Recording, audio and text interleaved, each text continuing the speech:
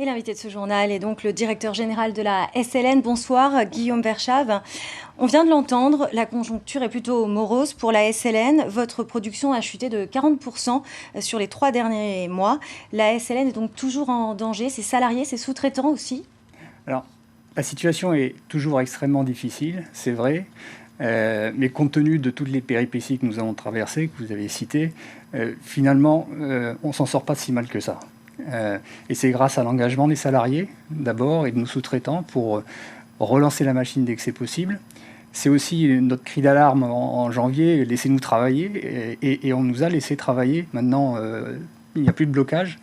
On peut relancer notre production. Bien sûr, il y a le Covid qui nous freine. Et je pense que d'ici 3 semaines, nous serons revenus à pleine capacité. D'autant plus qu'on est à 16 000 $ la tonne actuellement. On peut penser que les cours sont donc favorables à une reprise?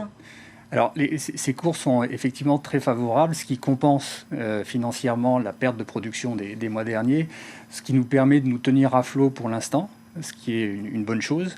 Mais il n'empêche que nous devons vraiment continuer à mettre en place notre plan de sauvetage pour les années à venir. Un plan de sauvetage pour sortir du rouge. Actuellement, je rappelle que vous êtes sous le coup d'une procédure de conciliation à votre demande. Qu'est-ce que ça signifie concrètement? Que vous ne pouvez pas honorer vos dettes? Alors, une procédure de conciliation, c'est une procédure qui consiste à aboutir à un protocole d'accord entre toutes les parties qui nous soutiennent, y compris bien sûr nous-mêmes, de façon à mettre en place les conditions de réalisation de ce plan. Et parmi celles-là, effectivement, le soutien financier éventuel dont on aurait besoin, mais surtout les augmentations de production et les réductions de coûts dont nous avons besoin pour arriver au résultat.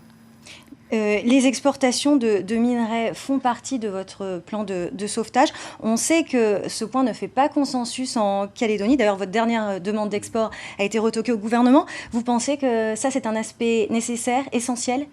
C'est un aspect essentiel à 2 égards. D'une part, effectivement, pour l'équilibre de la société et pour avoir une exploitation raisonnable, équilibrée de notre gisement.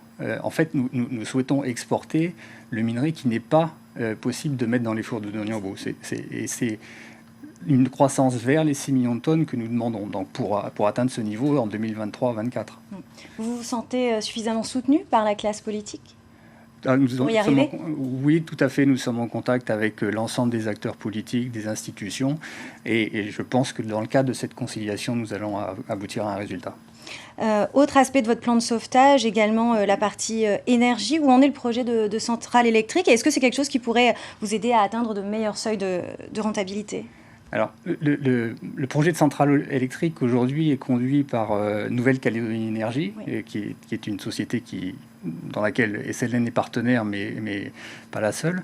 Donc, je ne vais pas parler à la place du président de NCE, bien sûr. Mais ce que ça peut vous rapporter? Tout ce que je peux dire, c'est qu'il est effectivement important pour la SLN et pour le territoire que ce projet se fasse. D'abord pour des questions environnementales, c'est un projet qui permettra de réduire complètement les émissions de soufre, de diviser par 2 les émissions de CO2, les émissions de poussière. Donc c'est extrêmement positif sur le plan environnemental et ça permettrait également de réduire les coûts pour SLN de l'ordre de 5 milliards de francs par an. Toujours sur les coûts de production qu'il faudrait réduire.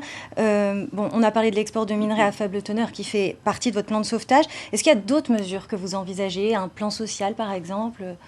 Non. Au niveau des effectifs, en fait, nous sommes plutôt dans une phase de croissance, justement, grâce à l'augmentation de la production minière en province nord notamment, puisque c'est là que sont la plupart de nos centres miniers. Donc déjà à peu près 400 personnes et encore 200 si nous continuons vers les 6 millions de tonnes. Très bien, merci infiniment Guillaume Verschave d'avoir été avec nous ce soir. Je vous remercie.